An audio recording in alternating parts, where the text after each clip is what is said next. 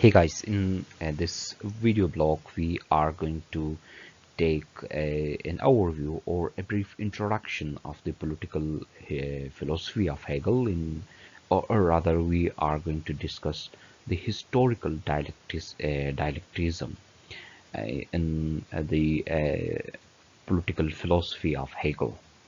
Actually, we are discussing or we are making clips on the Western political thought, which is a very important course for the students of political science. And under this course, we have already started our discussion on the political philosophy of Hegel.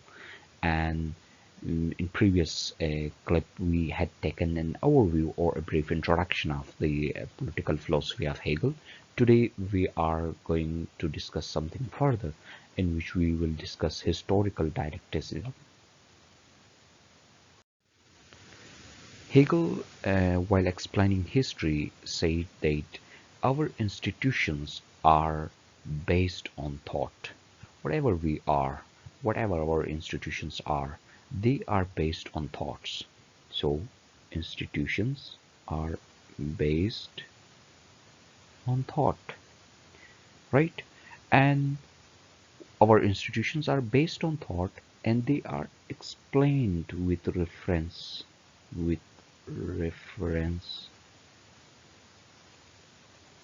to reason. Our institutions are based on thought. They are based on thought. Whatever our thoughts are, our institutions will be like that. And these institutions are explained with reference to thought, with reference to reason. And the reason is same as reality. If you remember, it is the reality to which Hegel has given the topmost priority. And he says our being is based on thought. There is a thought behind all institutions, and these institutions are explained with reference to reason, or reason is same as reality. So we can say that reality is based on thought. Since institutions are based on thought, and these institutions are explained with reference to reason or reality, so we can say that the reality is based on thought. So now what is the actual thing? That is the thought on which everything is based. And if we want to understand institutions, if we want to understand the political system, economic system, we need to understand the thought first.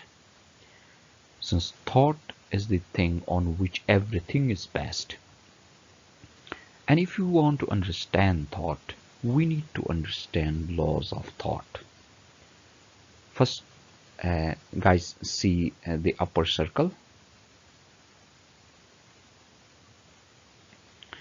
A complete circle become here.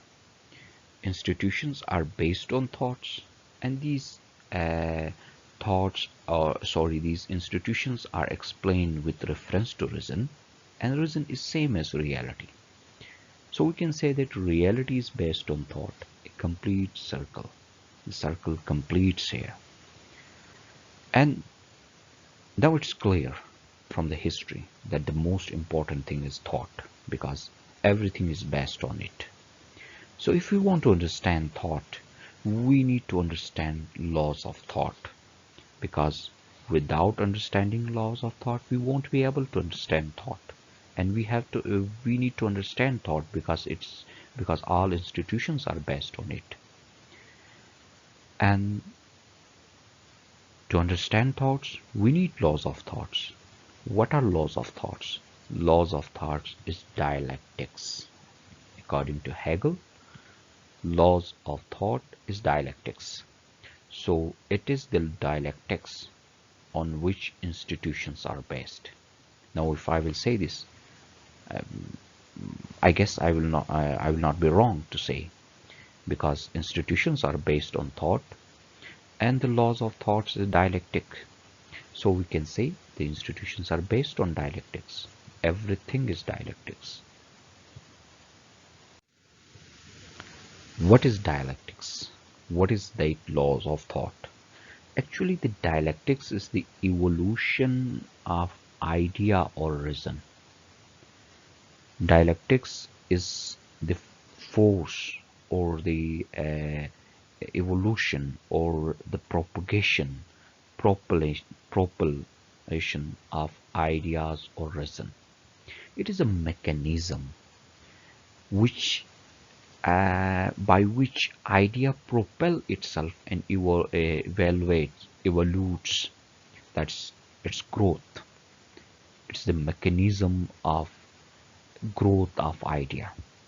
It is the mechanism by which idea propel itself and embodying itself in human institutions. It is the mechanism through which idea is converted to an institution, to its concrete phase. It's a self-propelling process. Once it starts, it never stops. It go through the entire history by unfolding the ideas. That is the dialectics, the unfolding of idea or the reason. History is actually the unfolding of idea or the reason. History is the evolution of ideas. So we can say that history is separate. Hence, world history is world separate. Hegel says that the idea is actually created by God. And God created idea with a force. Now, after creation of idea by God, God transferred this idea to mankind with a force. That force carries the idea towards its realization or towards its next step. That force, the force which carries the idea towards its next step, to its higher stage, is called dialectics. So actually, dialectics is the force that carries the idea further. History always carries man towards realization of freedom. And this course which takes the idea towards realization of freedom is not even or steady. It is neither even nor steady. That's it moves sometimes faster and sometimes slower. But it never stops. It moves on. It passes from one stage to another stage. The movement to a higher stage is actually a result of conflict. When their conflict emerged, the idea moves to a higher stage. How? That we will see in next slide. Dialectics in history. Initially, an idea comes to mind. That idea is called thesis. So, thesis is an idea. The idea created an anti-idea. That anti-idea is antithesis. Anti-idea.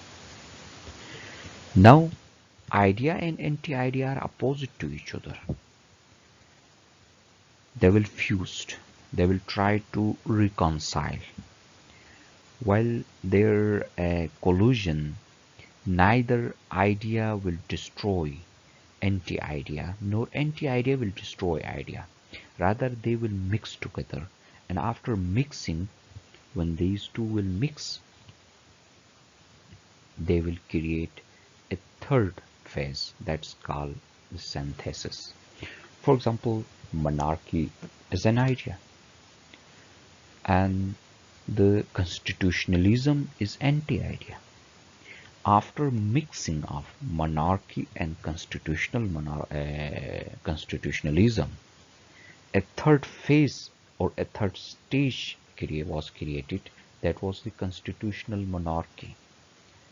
So idea and anti-idea or thesis and antithesis merge together to make a higher stage, that is the synthesis.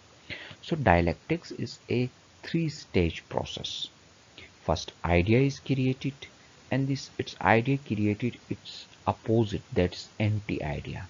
And when idea and anti-idea mixed together, they created a higher stage, that is the synthesis. and the idea travels through history in this phase, right? I hope you enjoy. Please do not forget to subscribe to the channel. Thanks for joining. Take care. Goodbye.